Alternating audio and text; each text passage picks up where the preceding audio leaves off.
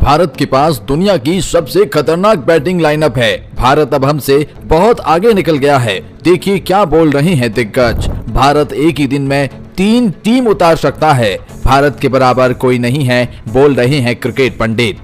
तो जी हां, champions trophy 2025 का कारवा कब का खत्म हो चुका है। समय काफी आगे बढ़ चुका है, लेकिन कुछ आगे नहीं बढ़ रहा है, तो वो कि भारत की तारीफ में कसीदे जो पढ़े जा रहे हैं। जैसा कि आप जानते हैं, बहुत सारे सवाल भारत के चैंपियंस ट्रॉफी के जीत को लेकर उठ रहे थे, वो अनफेयर एडवांटेज को लेकर उठ रहे थे। लेकिन जैसे जैसे आईपीएल के दरमियान क्रिकेट दिग्गज इकट्ठे हो रहे हैं, वो अपने बयानबाजियों का दौर शुरू कर रहे हैं। और भारत जो कि हाल ही में चैंपियंस ट्रॉफी जीता है, तो उसको लेकर भी उनसे सवाल पूछे जाते हैं। भारतीय क्रिकेट को लेकर वो अपनी राय रख रहे हैं, फिर वो चाहे साउथ अफ्रीकन दिग्गज, वेस्ट इंडीज क्रिकेट दिग्गज हो या फिर ऑस्ट्रेलियन दिग्गज हो।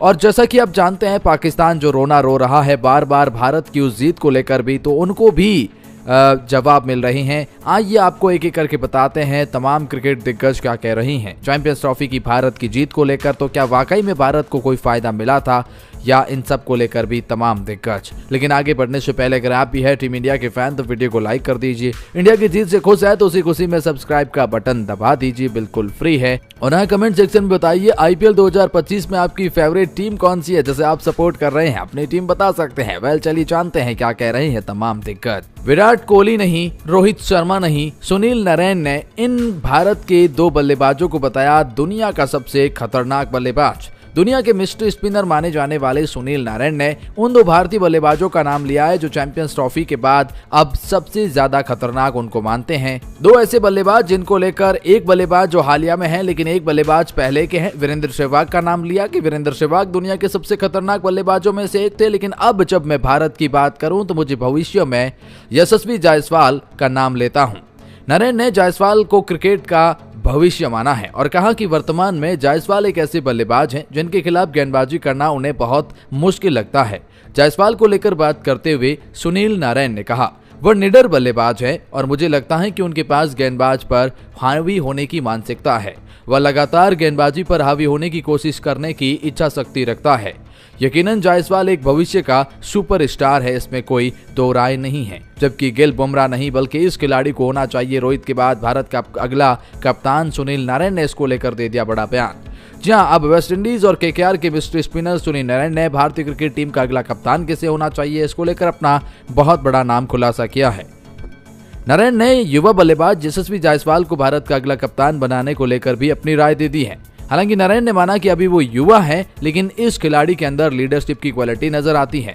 नारायण ने बातचीत करते हुए कहा, ये एक बहुत बड़ी चुनौती है, लेकिन मुझे लगता है भारतीय क्रिकेट में बहुत सारे युवा प्रतिभाएं हैं जिनमें से किसी एक को चुनना बहुत मुश्किल होगा, क्योंकि बहुत सारी प्रतिभाएं हैं जो आती हैं, जो जाती हैं और इस तरह की चीजें होती है, इसलिए किसी एक को चुनना मुश्किल है। लेकिन मुझे लगता है भारत में सामान्य रूप से बल्लेबाजी करना अविश्वसनीय है। जब भारत में प्रतिभा की बात आती है तो मुझे लगता है यशस्वी जायसवाल उनमें से एक हैं, लेकिन वह अभी भी युवा है और भारत के पास इतना कुछ है कि किसी एक को चुनना बहुत मुश्किल है। ईमानदारी से कहूं तो मुझे लगता है कि अब बुमराह भी कप्तानी के दौर में है, लेकिन बुमराह लगातार नहीं खेल सकते। ऐसे में जायसवाल एक सही विकल्प हो सकते हैं जो रोहित की जगह ले सकते हैं। सब कुछ हासिल कर लिया, लेकिन भारतीय कप्तान रोहित शर्मा को लेकर, भविष्य को लेकर भी ब्रेट ली ने अब एक बहुत बड़ा बयान दिया है। ऑस्ट्रेलिया के पूर्व दिग्गज तेज गेंदबाज ब्रेट ली ने रोहित शर्मा के फ्यूचर प्लान को लेकर भी बात कही। अपने बात करते हुए कहा, हिटमैन 2027 का वनडे वर्ल्ड कप तक खेल सकते हैं। ब्रेट ली कहते हैं, जब आप कोई टूर्नामेंट खत्म करते हैं तो आप बहुत खुश होते हैं। भारत ने चैंपियंस ट्रॉफी का खिताब जीतकर सभी विरोधियों को धूल चटा दी है। वे अपराजित रहे हैं। मैच के बाद रोहित ने रिटायरमेंट की बातों को गलत करार दे दिया। ये सुनकर अच्छा लगा कि वे कहीं नहीं जा रहे हैं। उन्होंने ऐसा कहकर ये संभावना जताई कि वो 2027 तक कहीं नहीं जा रहे हैं। 2027 में वनडे वर्ल्ड कप खेला जाएगा। ब्रेट ली ने आगे कहा, देखिए हम 2025 के शुरुआती चरण में हैं। इस समय भारत का गोल्डन समय चल रहा है। रोहित ने अब तक अपने कैरियर में सब कुछ हासिल कर लिया है। टेस्ट, वनडे और T20 शतक लग चुके हैं। मैं चाहूं तो रोहित 2027 वर्ल्ड कप तक जरूर खेलना चाहिए।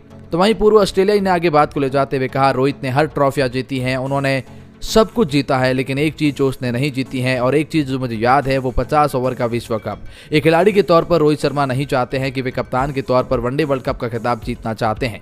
ये रोहित ने भी टारगेट किया है और ये उनकी ख्वाहिश भी है।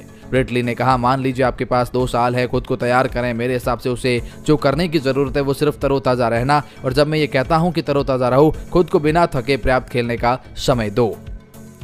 रोहित, कोहली, अय्यर नहीं बल्कि ये खिलाड़ी चैंपियंस ट्रॉफी में भारत का असली जीत का हकदार है, असली जीत का श्रेय का हकदार है, और ये कहना है जी हां रिकी पॉन्टिंग का। आईसीसी रिव्यू में रिकी पॉन्टिंग ने बातचीत करते हुए कहा, अक्षर पटेल को भारत का जीत ने अहम किरदार निभाया है। रिकी पॉन्टिंग ने अक्षर पटेल के प्रदर्शन को स्वीकार करते हुए कहा, इस टूर्नामेंट में अपनी भूमिका के लिए अक्षर निश्चित रूप से बहुत ही अधिक श्रेय के हकदार है। उनकी गेंदबाजी अविश्वसनीय रूप से शानदार रही थी। उन्होंने भारतीय टीम की गहराई को मजबूत किया है। पूर्व ऑस्ट्रेलियाई कप्तान ने कहा, भारत के पास ऑलराउंडरों की भरमार है जिससे वे संतुलित हैं। हालांकि उन्होंने माना कि भारत के पास तेज गेंदबाजी विभाग की गहराई में कमी है। पॉन्टिंग ने भारत की तारीफ करते हुए कहा, भारत के पास एक अच्छी टीम थी, लेकिन हार्दिक पांड्या, अक्षर पटेल, ऑलराउंडरों की मौजूदगी, जैसे कभी कभी बाएं हाथ के विकल्प के रूप में बल्लेबाजी क्रम में ऊपर बैटिंग के लिए भेजा जाता है, तो वे अपनी बल्लेबाजी से भी कमाल करते हैं। इन सब के अलावा टीम में रविंद्र जडेजा भी है जो इस टीम को मजबूत बनाती है। पॉन्टिंग ने इसके अलावा माना कि भारत के पास तेज गेंदबाजी विकल्प काफी कम है। उन्होंने अपनी बात को आगे ले जाते हुए कहा, चैंपियंस ट्रॉफी में एकमात्र सवाल ये था कि उनके पास तेज गेंदबाजी विकल्प ज्यादा नहीं था, लेकिन इसके बाद भी परफॉर्मेंस में कोई कमी नहीं आई है। ऑस्ट्रेलियाई पेसर्स मिचेल स्टार्क्स ने भारत की बेंच स्ट्रेंथ की तारीफ करते हुए कहा, मुझे लगता है भारत एकमात्र ऐसा देश है कि जिसमें 3 टीमें एक ही दिन में खेल सकती है। भारत ऑस्ट्रेलिया के खिलाफ टेस्ट टीम उतार सकता है, उसी दिन इंग्लैंड के खिलाफ वनडे टीम उतार सकता है, और T20 में दक्षिण अफ्रीका के खिलाफ खेल सकता है उसी दिन पर, और सभी टीमों को समान टक्कर दे सकता है। और मुझे ऐसा लगता है कि भारत ही ऐसा दुनिया में एकमात्र टीम है जो कर सकता है। जायसवाल, अय्यर नहीं बल्कि भारत के इस खिलाड़ी को तीनों फॉर्मेट को खेलना चाहिए। मिचेल स्टार्क्स के बयान ने मचाई खलबली। जब मिचेल स्टार्क्स कहते हैं KL राहुल भारत के लिए मिस्टर फिक्सिट की तरह है, उन्हें किसी भी क्रम पर बल्लेबाजी करने के लिए कहा गया तो उन्होंने की। उन्होंने नंबर 6 पर बल्लेबाजी की, उन्होंने कीपिंग करी, उन्होंने फील्डिंग करी, मध्य क्रम में बल्लेबाजी करी, उन्होंने लगभग सब कुछ किया है। भारत ने चैंपियंस ट्रॉफी जीतने में अहम भूमिका निभाई है तो KL राहुल ने निभाई है। KL राहुल को लेकर उन्होंने आगे कहा, मैं KL के महान क्रिकेटरों की श्रेणी में देखना चाहता हूँ। वो बहुत ही दयालु व्यक्ति है, बहुत अच्छा आदमी है, वह एक महान क्रिकेटर है, इसमें कोई दो राय नहीं है। भाई, आलोचना से फर्क पड़ता है। विराट कोहली को लेकर AB डिविलियर्स ने अब एक बहुत बड़ी बात कह दी है। AB डिविलियर्स ने लिखा, मुझे लगता है कि पिछले कुछ सत्रों में विराट ने अनावश्यक आलोचना को झेला है। मुझे लगता है कि वह अविश्वसनीय रूप से अच्छी बल्लेबाजी कर रहा है। इसमें कोई संदेह नहीं है कि कुछ बाहरी शोर ने उसे थोड़ा प्रभावित किया है।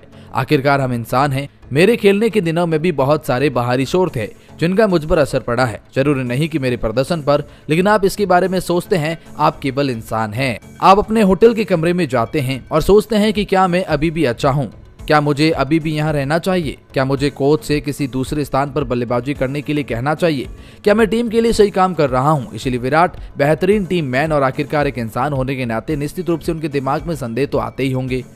लेकिन कहीं न कहीं उन्होंने कहा, विराट ने जिस तरह से चैंपियंस ट्रॉफी में खेल दिखाया वो अविश्वसनीय था। बड़े मंच पर विराट परफॉर्मेंस देते हैं और ये कोई पहली बार तो नहीं हो रहा था। कुल मिलाकर इस तरह से भारतीय क्रिकेट टीम की तारीफ कर रहे हैं तमाम क्रिकेट दिग्गज। और इस बीच में आपकी क्या राय है और आप क्या सोचते हैं?